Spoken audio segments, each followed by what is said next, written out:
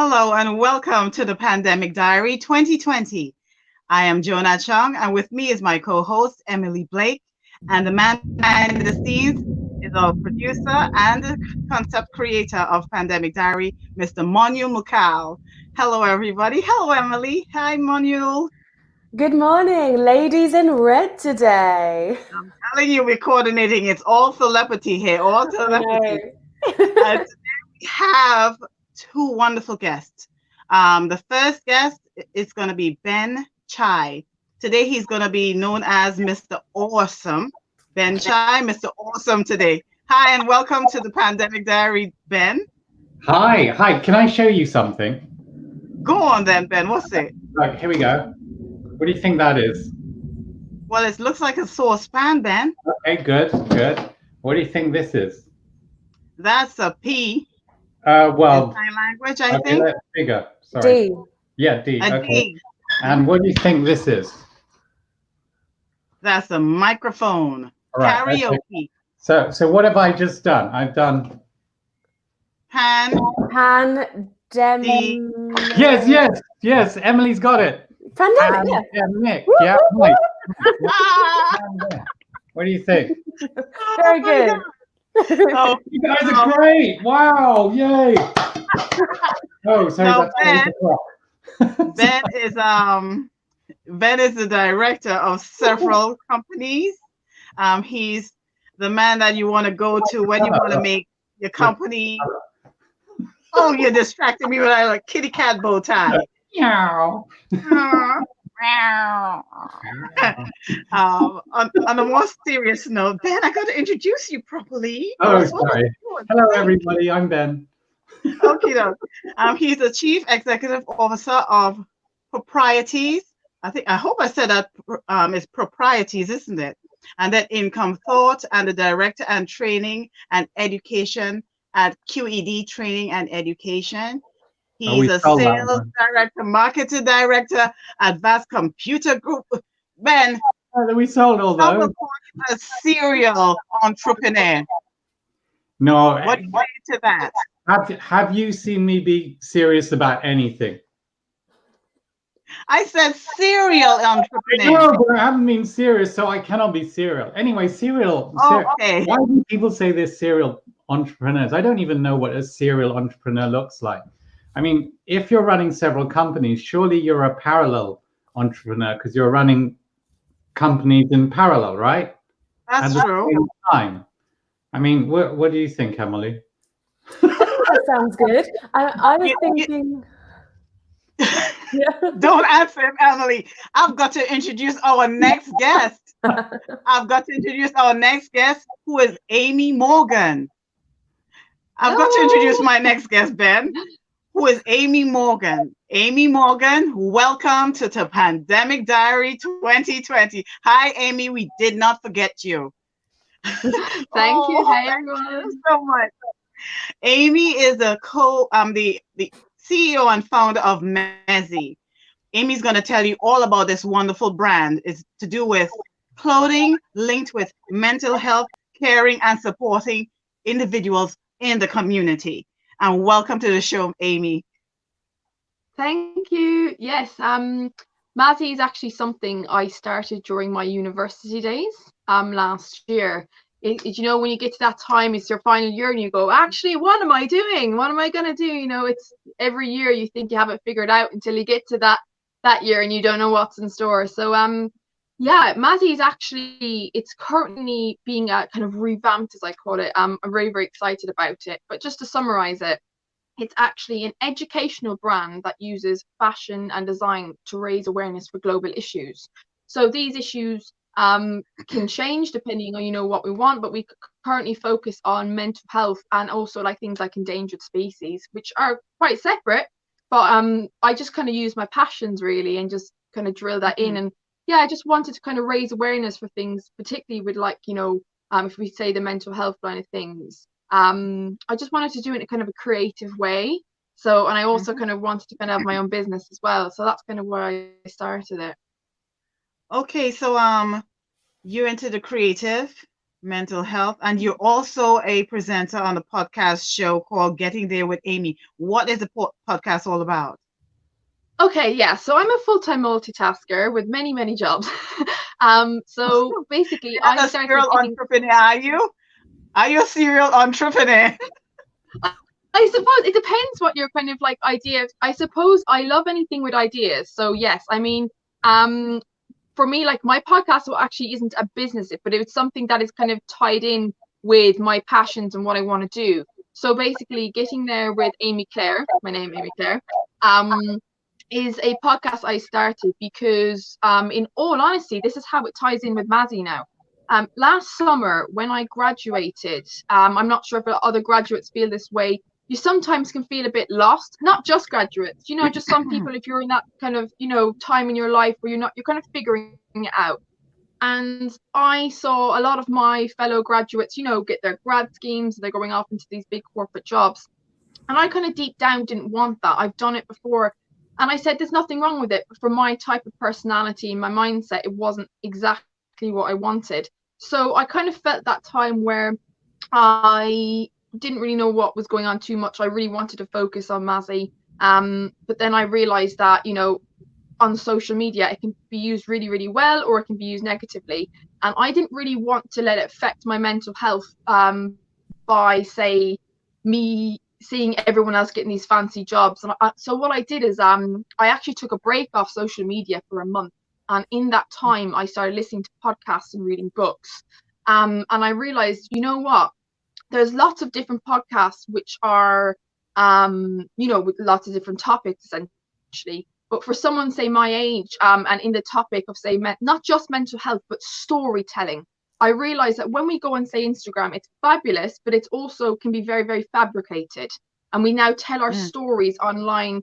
Not everyone, of course, but a lot of people, particularly in younger generations. And I thought, I feel that can lack a bit of storytelling. And I wanted myself to kind of, constantly develop. I think a lot of people in the creative industry find this. You always want to learn and develop. And I just wanted to go. It started off as a little kind of hobby as mine. I essentially just went, you know what? I'm going to go out and have these conversations about their lives. And then I realized that the life lessons I'm learning from that, I think I should share, with the public. So I created this podcast called Getting There with Amy Claire, and it just takes people, everyday people now, from all different walks of life. We've had someone who grew up in World War II, to someone who is trying to become a model, to someone who's in the IT industry. Do you know what I mean? So it's just to see their highs and lows and all those in betweens. And I have to say, like, I've learned so much from that, and it's only made me realize with Mazzi that the kind of educational side, how we can learn from not just facts but stories and things like that, is kind of what made me almost, it's set in stone that what I meant to do is Mazzi, but in a slightly different vision, if that makes sense. Hey Amy, lovely to see you. So I met Amy doing a school presenter job. So we go into schools and we motivate students, and we're teaching them exam techniques and things like that. And I thought, Amy, you've got such a bright personality. You really are that sort of life of the party person, you're definitely very warm and energetic. And have you always been like that? Have you always been like a little bit out there? I would actually say yes and no. So I feel that at home, I think a lot of people may be able to relate to this, but people don't realize this about me. When I was younger, I was always quite, outgoing in things, surrounded by my family, those who I knew. In that home environment, it was comfortable, I could totally be myself. But actually in environments, say, in the educational environments, growing up in school, and I was born in London and then moved to Ireland and then moved back to England and stuff like that, I found that I wasn't truly myself. I was always a little bit quirky, but I was definitely slightly shyer, if you call it. Some people might go, Amy, you're not shy, but the way you know yourself, you just know when you're being yourself or not. Mm-hmm. So the point I kind of realized, it was definitely during my university days where I started doing a lot of reflection. You started saying, or analyzing my behaviors and the way my attitudes toward things. And I've realized, I was a people pleaser. I wanted everyone to like me. I wanted, and I think I realized that's not the way forward. So and it was only really in the last year or so that I was like, do you know what now? I'm going to totally be myself, do what I got to do, what makes me happy. And then that's when my energy started becoming a bit more amplified, we could say. Okay, so just kind of like finding yourself amplified that. Now we're joined by I'm Mr. Awesome. I'm going to go by, your true name, Mr. Awesome. You are very quirky, as we can see. Is this something that you think has really helped you in your career, your personality? Well, being quirky. Yeah. Yeah, I mean, describe yourself that way. If people don't like you the way you are, I mean, get rid of them. Yes. The thing is, he's not saying that actually he was a really shy guy when he was a little fella. He wasn't all as bubbly as he used to be. And as a result of his shyness, he used to get himself into a lot of little uncomfortable situations. Oh, look, they're showing my TEDx, my cowardice and courage video. Yeah. Can I tell you, like today, my builder got locked in the bathroom because he's trying to fix the lock, right? So this is the lock, see? And so he was trying to get me to push the door open because he couldn't get out. Anyway, there's a trick that I know. So if anybody ever gets locked in their own bathroom, if you can get credit, because you need a credit card, right? And what you do is you push that in, see that? And then you can push it in. I can't push it in right now because it's not in the door. And that's how you can get out of a locked room. How wonderful is that? Now, you may not think this will be helpful to you right now, but one day when you're locked in a room, you'll think, oh, I saw that little clip on the Pandemic Diary. Don't know why it was on Pandemic Diary, and they showed me how to escape from a room or to break into a room in my house. I love that. I thought I was going to be learning about business and things, but actually then you're just full of all information. No, darling. No. All right. If you learn about business, okay, so everybody can have what they want. Everybody literally can have what they want. There's a video which I've sent our wonderful producer. Hello, producer. Where it actually shows one of my recent talks. So it's not one of the TED Talks. One of my recent talks where I share how you can have anything you want. If you want all the love in the world, or you want as much money as you want, or whatever, then money must be funny. It's a rich old world. And it really starts with, what on earth do you want? What do you want? What is your dream life? And if you can work that out, and people say, oh, what's my dream life? Oh, I want kids. But it doesn't tell me anything about their dream life. Like, how many kids? Where do you want to live? If you want a car, what kind of car do you want to drive? What kind of holidays do you want? Oh, look, there's my bottom. That's where your dream life starts. And then you think about, well, what's all my skills? So you might be a great podcaster, you might be a great whatever it is, you might mow lawns, you might be a dentist, whatever it is. And then you look at how to first quantify the finance for your dream life. And then once you've got the finance for your dream life, then you work out how to raise that money to live that life. So just pretend, Joan armor plating, me, myself, I. Achong. Do you know that song? Me, myself, Allah. So just pretend, Joan, that you wanted 1.2 million at the end of this year. Right. So what I would then take that do is take that finance down and break it down into 12 months, which is roughly 100,000 a month, which is roughly, get this, 250,000 a week. And if you're working 5 days a week, 250,000 is actually 50,000 a day, which if you're working 10 hours is 5,000 an hour. So you need to work out how to make 5,000 pounds an hour. Now, most people can't do that when they're starting out, especially if they only are. So one of my customers is a cleaner, right? And help them make quite a lot of income streams, and they were really surprised. But I said, you can't make 1.2 million in a year. So normally I have to reset people's expectations, because they get very like, I don't know, somebody's told them, oh, you can do this, you can make $1 billion in 3 minutes. And I'm thinking, oh my goodness, what's that emoji? Oh, and I have to say, well, maybe you can do this in 6 or 7 years, but hey, it's still your dream life, right? Mm-hmm. So there's a lot in writing people's roadmap. There's a lot of other things that I do. I get them to do all like 3 or 4 online personality tests. Why personality tests? Because it tells me where they're self-sabotaging and why they haven't already looked at. For example, in this is called a pandemic diary. Where's my pen? Pandemic Go diary. get it. Go get it. So like here you've got the time to work out, what do you really want? Who do you want to be with?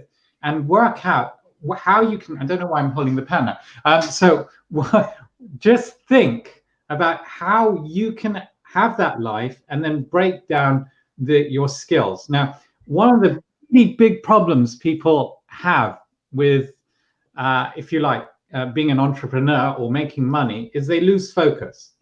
So everyone says, oh, Ben, but you speak on stage, you're a successful author, you're blah, blah, blah, blah. But I only ever did one of those things one at a time. And over time, I got teams of people.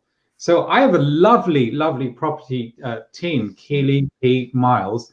And quite honestly, they do a lot of that hard work. And you know, I'm just kind of there in the background and them telling me, Ben, we've got this. We don't need you to do something. So another component was to have these great teams around you. But I only ever did one thing at a time. Grew Joe mentioned the tech business. So I grew that. And then out of that, I moved to something else. I grew the educational business. And then from there, I grew the media business, while the team ran the other businesses. Now, can I interject, Phil? And that leads me on you being the best-selling author, a #1 best-selling author of How to Have Fun Building Meaningful Relationships with Brilliant Business Minds. Yes. Tell us about that. To tell you about that. Well, actually, that book is really amazing, because a lot of people do social media today and they've forgotten how to connect. It's about you and me, baby. But they've forgotten how to connect, and really, if they're going to connect, because they don't know how to connect, they connect with these people who say, "Oh, I'm really famous. I can make you 20 million in 6 months," and oh wow, they drive a sports car, but they don't know that it's rented or anything like this, and they're connecting with the wrong people. And so in social magnetism, it really looks at focusing on you. For example, Emily, focusing on her and helping her to understand herself and love herself. And then out of that, give value to other people. And finally, if people just don't like you, because like, look at me, I'm insane, right? If they don't like my insanity, that's fine. I just walk away. Yeah. From those people. So you only ever get surrounded by great people. Now, I had somebody put me in over £1 million worth of debt, right? Because I didn't understand how to do business agreements, and it was a close relative.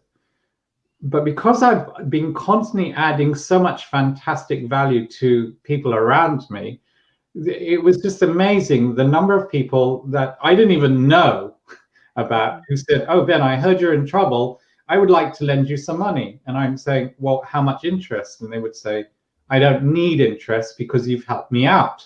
And I know that you'll pay me back." "Oh, okay, when do you want your money back?" "Oh, well, we know that you'll pay us back. You can take as long as you like." And I think I was kind of almost given nearly $500,000 to help get myself out of the problem that had been created. So by having those meaningful relationships, and I'm very, very passionate about that. In fact, if you want to stop me being crazy, you just ask me questions on this subject. Then have those great connections and remove. I'm sorry, some of these people that you're going to have to remove from your life might be family, Yes. and good friends, but you just have to remove it. And by remove, I don't mean like cut them off totally, although you might have to do that. You just limit the amount of communication and connection with them. Yeah. Limit the access they have to you and your mind and thought process. Yeah. We've just had a little greeting from one of our viewers saying, "Hi guys, hello." Hello, Yeah. Gary. Thank you for joining us, Gary. He's one of our regulars. Yeah. He's come on a few days, Gary Blair. Hi, good morning, Gary. Really Hey, appreciate it. Gary B. Is that someone famous? Gary Blair. Gary Tony Barlow. Blair. Gary Blair. Can I just say, Ben, it's really interesting. In fact, it was getting weird because yesterday I had a conversation about speaking about what I wanted to do and, getting myself on track for the future.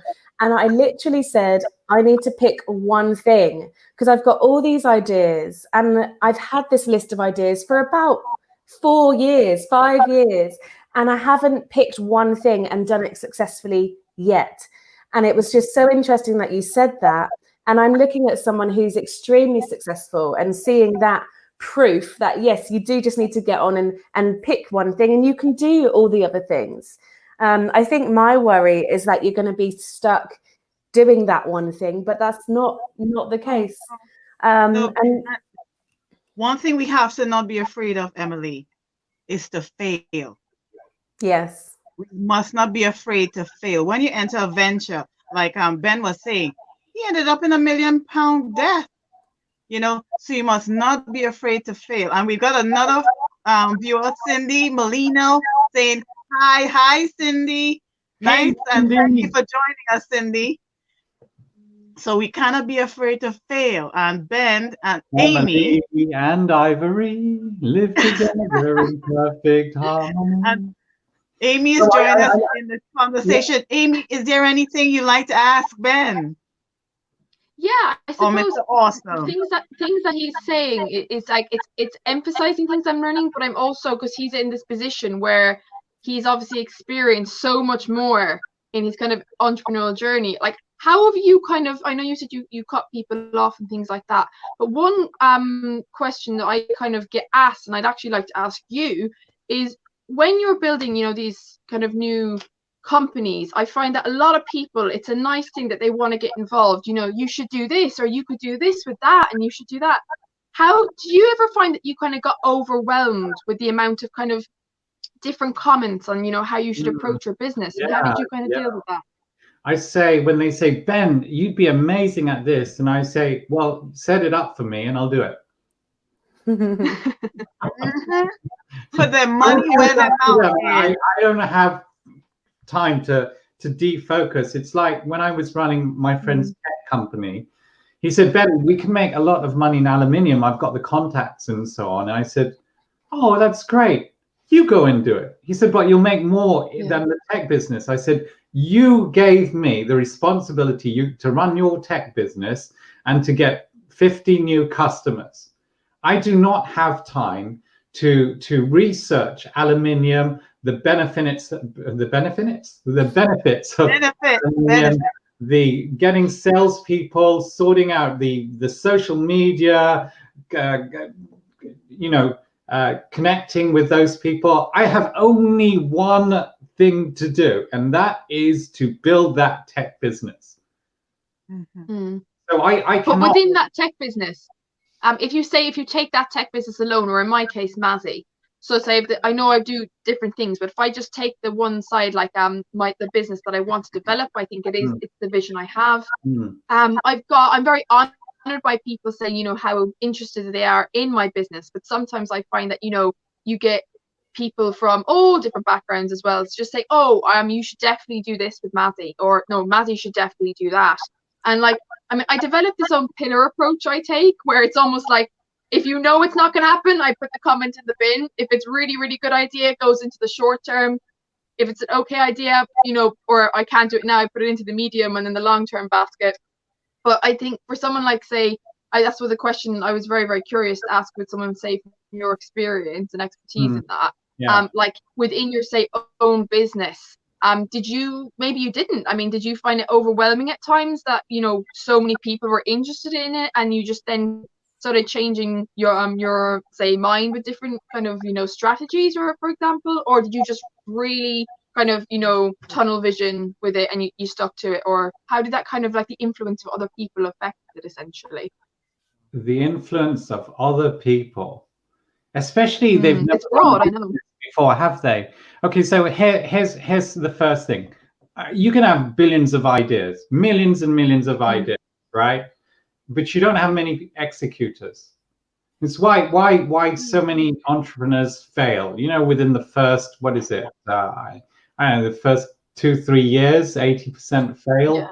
And out of the 20% that remain in the next 5-6 years, 80% of those remainers fail, because they're like, why is it that there's a very close family member, when I wanted to get into property, said, that's stupid, don't do it. Now, I'm only a little boy, so I never did it, right?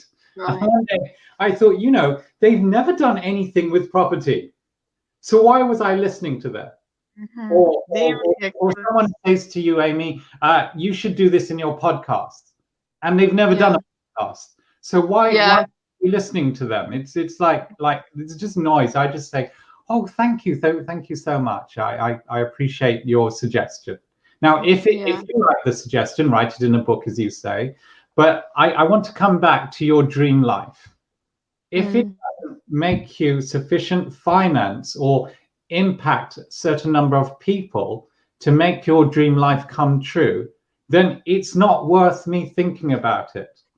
So my dream life involves not just finance, but impacting a certain number of people. Because I do a lot of support a lot of children in getting them education and so on. So if it doesn't fall into what I want to achieve, I just bin those. I don't want to think about it. Yeah. It's like, I quite like what you said, because for me, like they say before, I've asked, you know, what's the goal in life? And in all honesty, I say to be happy. Financial, you know, getting rich or whatever is not my goal. I mean, I'll take it, but then the thing is that for me, I just think I want to help other people and stuff with that. So I think that's something I just learned. You know, when you're growing up, I think some people almost go, yeah, I want to be rich, I want to be famous and this. But I think for me, like, I think that's why I'm changing Mazzi a little bit with the educational side. It is a social enterprise, so it was never just set up purely for profit or anything like that. But I really kind of want to push the educational side. But like, the reason I actually kind of asked that question is I've been to a few, you know, networking events and conferences and things like that. And I've had, you know, these people come in and they go, great idea, but you should be, you know, charging 3 times the amount. They're like, you've got something really like niche here, you've got something really good. You should be charging 3 times the amount. And me there, who's at that point, I built an entire company in a month at that point. And I was like, I said, thank you. Yeah, thanks very much, you know, but I said, then that's going against my morals and values, you know, which is I wanted to kind of have at that point sustainable fashion available for those who say don't earn the mega buck. But yeah, I quite like what you said is, you know, you kind of, it's about people and helping rather than financial. And some people just don't seem to get that, like, especially when I'm getting business advice. Some of them, they go, oh, that's great, you know, I like the morals and values, however, can you give me the stats and the figures? Do you know what I mean? That it's all about that. And I think that's why I almost like last year I was inundated with going, oh, do you want investment? You should go for investors, you should go for investment. And I was like, I was almost afraid, because I was like, I don't want that moral and values that I've injected into Mazzi to be taken away. And I don't know if I'm doing the right or wrong thing there. by saying no to investment now.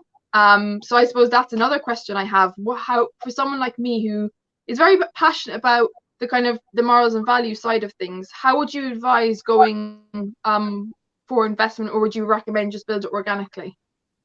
Right. So with because we in my property business, we've got probably about I'm sure we've raised over 2 million worth of investment from different people, but we actually decline a lot of investors because their moral values or the way they want to do things don't work with our values. So that's one thing. Yeah. And there's a lot of people who say they'll invest in you, but when it comes to the actual finance, they're not going to do it. I have to come back to this, right, what I said right at the beginning. What do you want in your life? What makes, and I love what you said, because I was interviewed yesterday and I was asked, what is success? And to me, it's happiness. It really is. Yeah. If you can go and enjoy your entrepreneur or your job and come back with, if you like, a partner or a cat or a dog, I don't know, and come back and enjoy your cat, dog, or partner, and every day you look out the window and just think life is wonderful, whether you're having a crap time or not, but inside you've got just all this gratitude for things going around you, then I think that is wonderful. In one of the religious books, there was a king who had everything. He had all the money in the world. He had, because in those days he was allowed to have lots of women, so he had tons of concubines and so on. And he was very wise, but he was unhappy. And in the book, it says, it starts off with meaningless. Everything is meaningless. Everybody knows me. I'm famous. I've got all this wisdom. I have tons of money. I've got lots of, and it was all meaningless. And right at the end, he says, you know what? The happiest people are the people, like I was saying, who just enjoy their life. They go and do their thing, whatever that thing is, and they come back and enjoy their home life. So I love what you were saying there. Now, with regard to business advice and events, there's a lot of really terrible stuff that goes out there. For example, people are saying to new businesses and startups, you've got to go global, you've got to charge more. And I'm thinking, this is so much bullshit. First of all, some of the people I've coached, and you can have a look on my LinkedIn and you'll see the number of testimonials, and talk to them if you like. But I'm saying, how much do you want? Okay, so we've got the finance for their dream life, like $200,000 or $500,000 or £25,000 a year. It really doesn't matter. And I'm saying, so why do you need to go global? Because from what I can see, you only need 30 customers. I don't need to go global for 30 customers. It's just going global gives you more headaches, right? You've got to have a big dream. Well, I'm sorry. I like little dreams, and I like growing my little dreams to bigger dreams if I want to. You've got to implement really quickly. And I'm thinking, what? How can I implement really quickly if it's only me and only myself and 3 other people? That's crazy. By implementing quickly, you're giving me stress and headaches, and I have to deal with people I don't really know. I don't know whether some of this is helping you. This could cause mental illness as well. Sorry? It can make your life miserable. I said all of the stress could cause you to have mental illness. So you've got to be careful if you're expanding too soon. I've seen people try to expand too soon and their business broke and they went, their mental health and physical health and family life was severely disrupted. Let me just go to one more thing. When to Amy, when they say, Amy, you've got to charge more, you're worth a lot more. Well, do you have in play sufficient, if you like, testimonials? Have you done your business that long to say that you really are worth more? So some of the people I've coached, I used to earn, just for doing normal training work, up to $3,000 a day, right? And some people would say, Ben, I know more than you, so I can earn this much. And I'm thinking, well, no, you can't.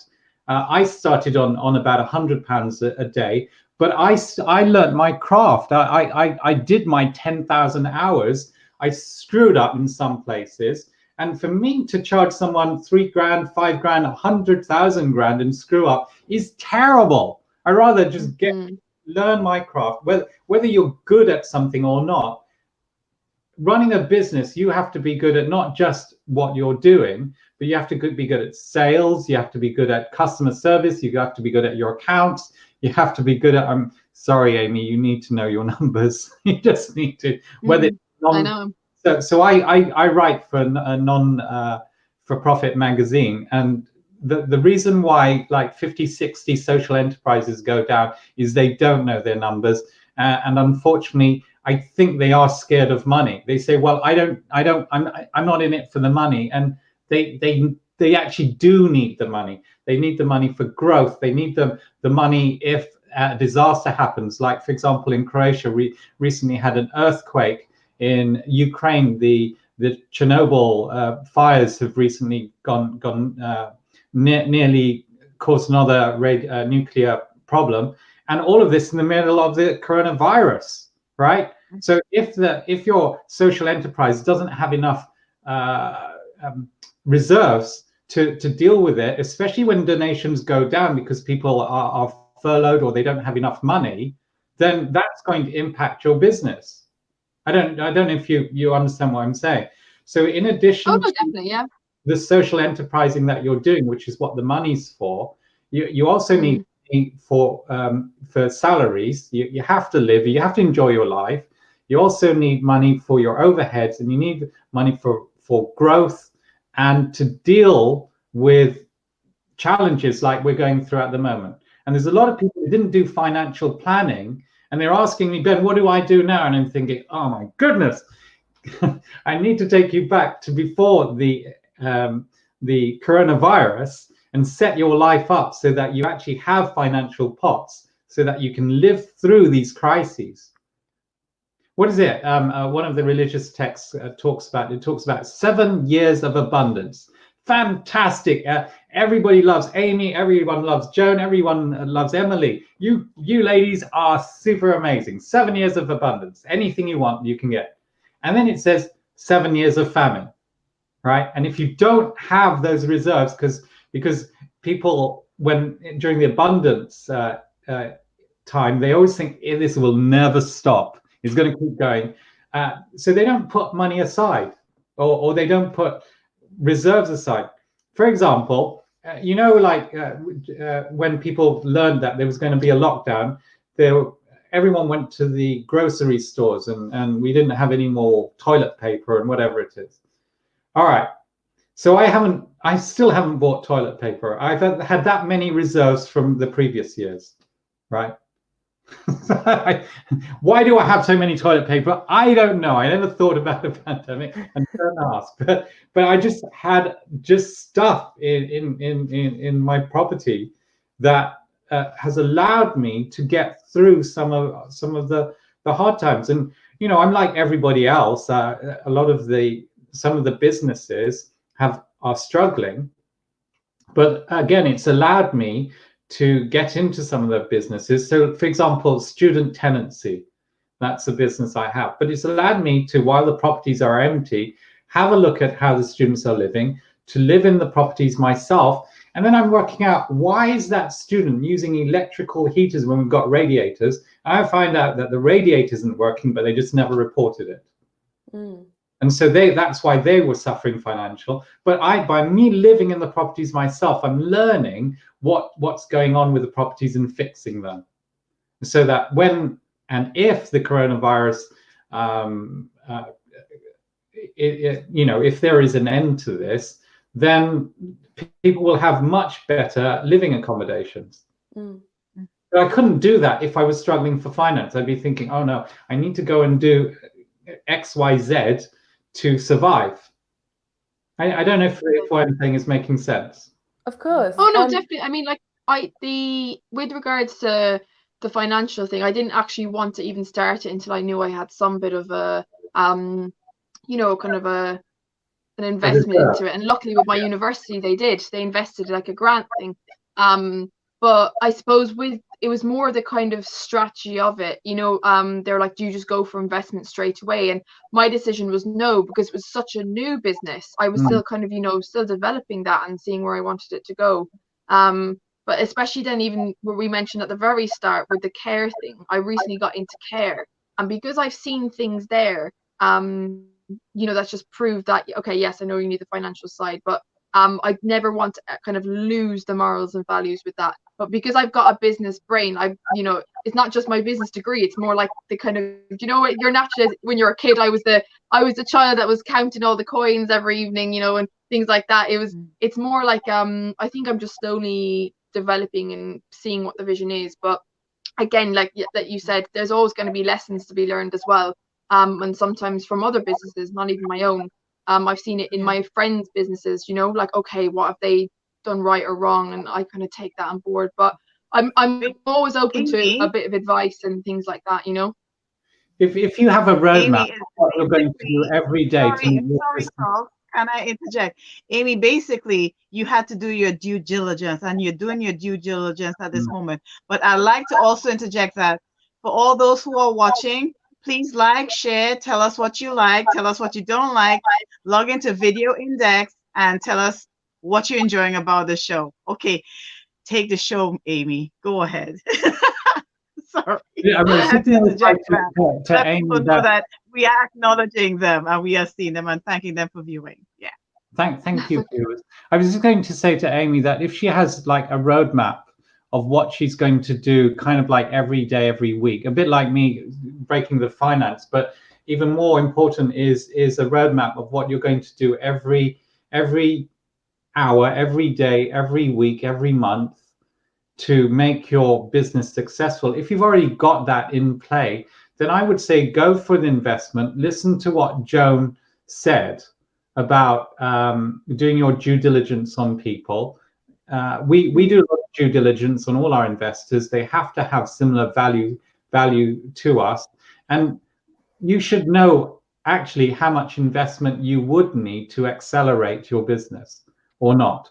So the majority of my business is we actually have not had investment, but with the property business, in order for us to acquire as many properties as we've acquired and turn them around, and for example, in one area we're actually helping ladies who've had domestic violence and they need to be in a secure home. We needed to know how much we can get in terms of pay the investors and also pay them back. So if you've already got an investment plan and know when you can pay the investors back, then that's amazing. Or you could connect with a number of funds.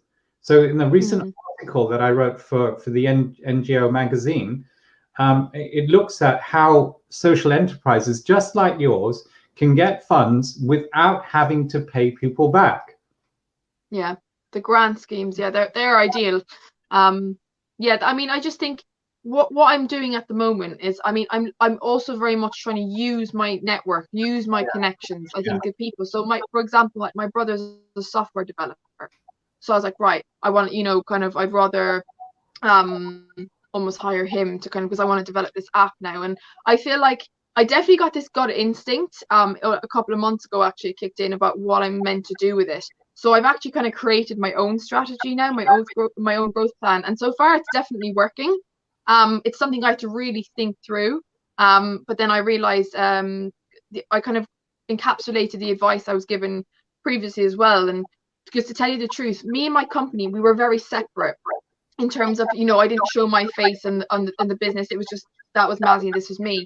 And every single time I went for, you know, some sort of networking event or advice, the one piece that everyone said was, oh, use me, start using me into the business, like I'm going to sell it, not just the business. And that was the one that every single person seemed to say. So of course that naturally changed things, and I was like, okay, I need to start you know, they asked me, are you kind of like the face of the business? And I was like, well, actually not really. Yeah, technically yes, I'm the one who's founded it and running it, but I said it is quite separate. And so I used that advice, and I was like, okay, now I need to start kind of promoting, and might say, for example, something as small as on my own Instagram, to then me going into workshops and promoting it like myself and giving the story behind it and things like that. And I realized because of that, I said, okay, I'm going to pause it. And to be honest, do you remember we mentioned there a while ago about, it's okay to fail or don't be afraid to fail?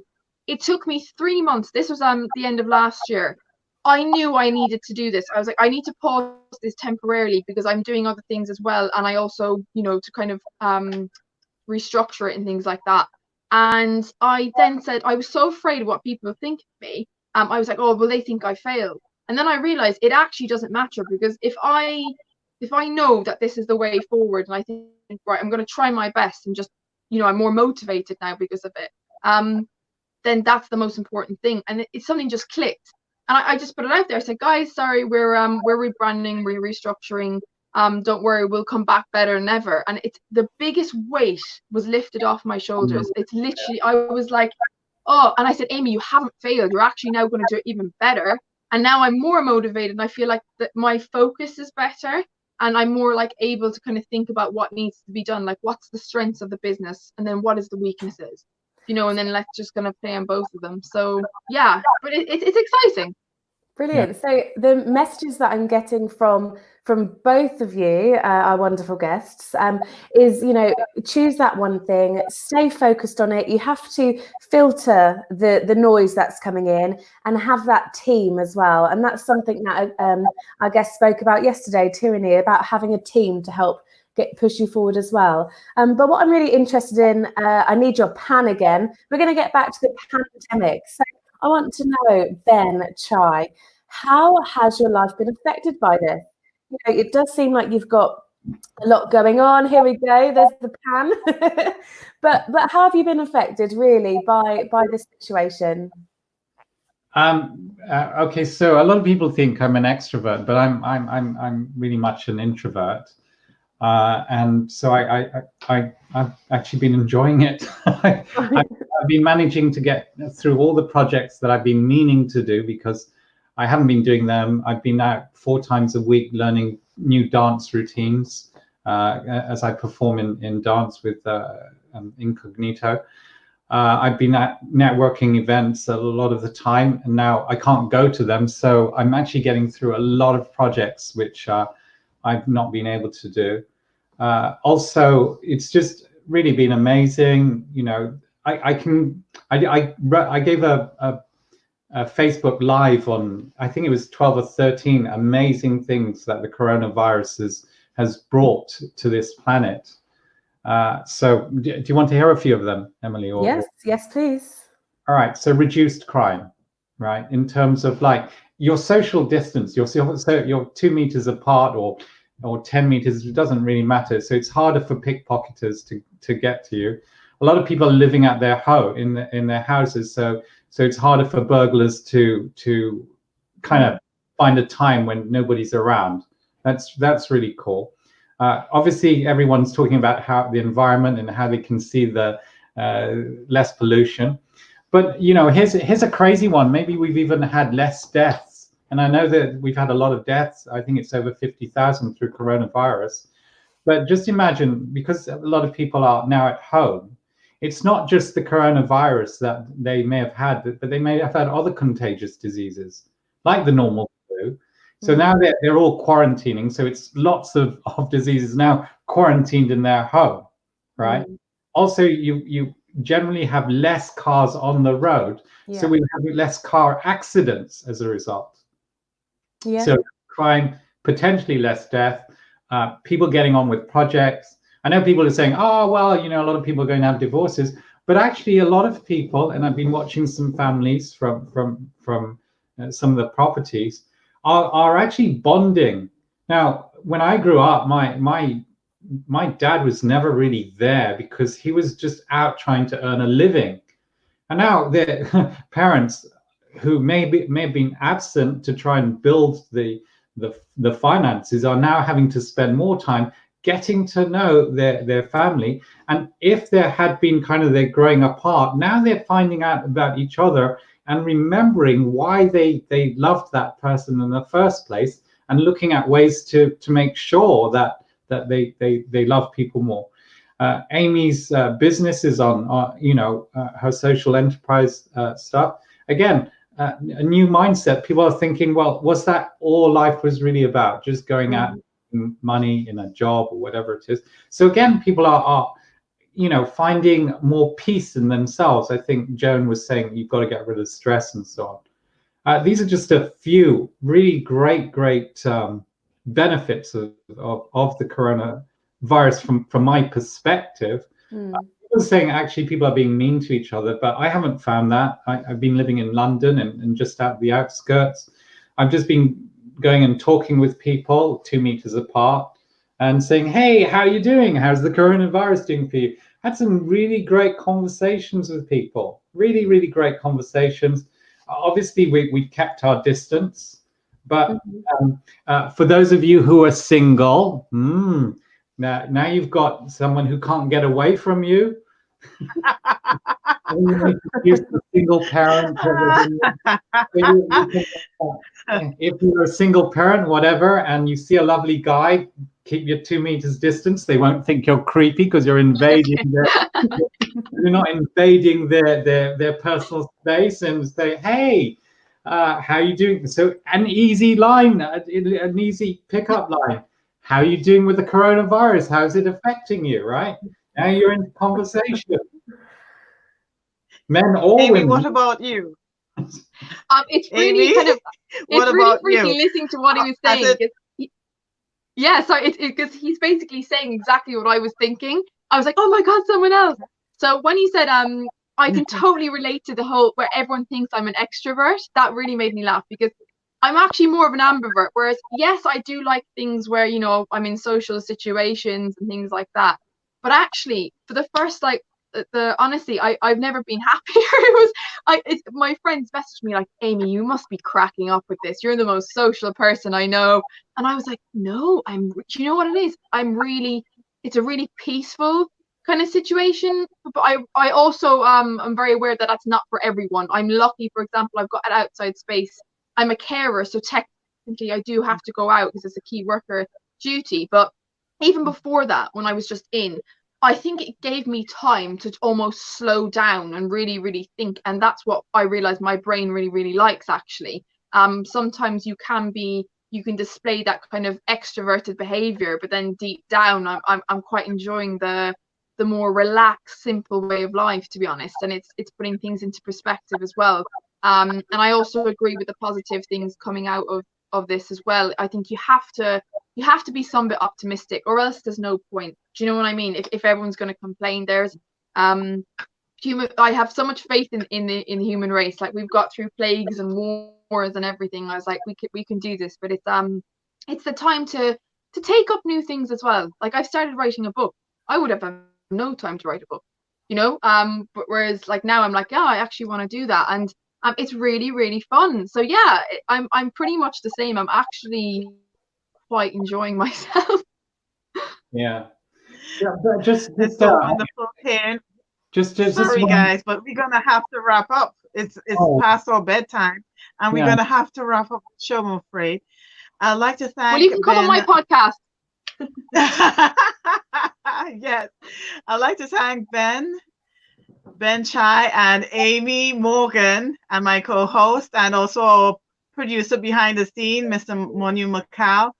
And thank you for joining us all today. You could like, subscribe, make your comments, tell us what we're doing right and where we could improve. Thank you so much, and goodbye for now. Be safe, everyone. Bye. Thank you to our guests. Thank you. To everybody. Mwah.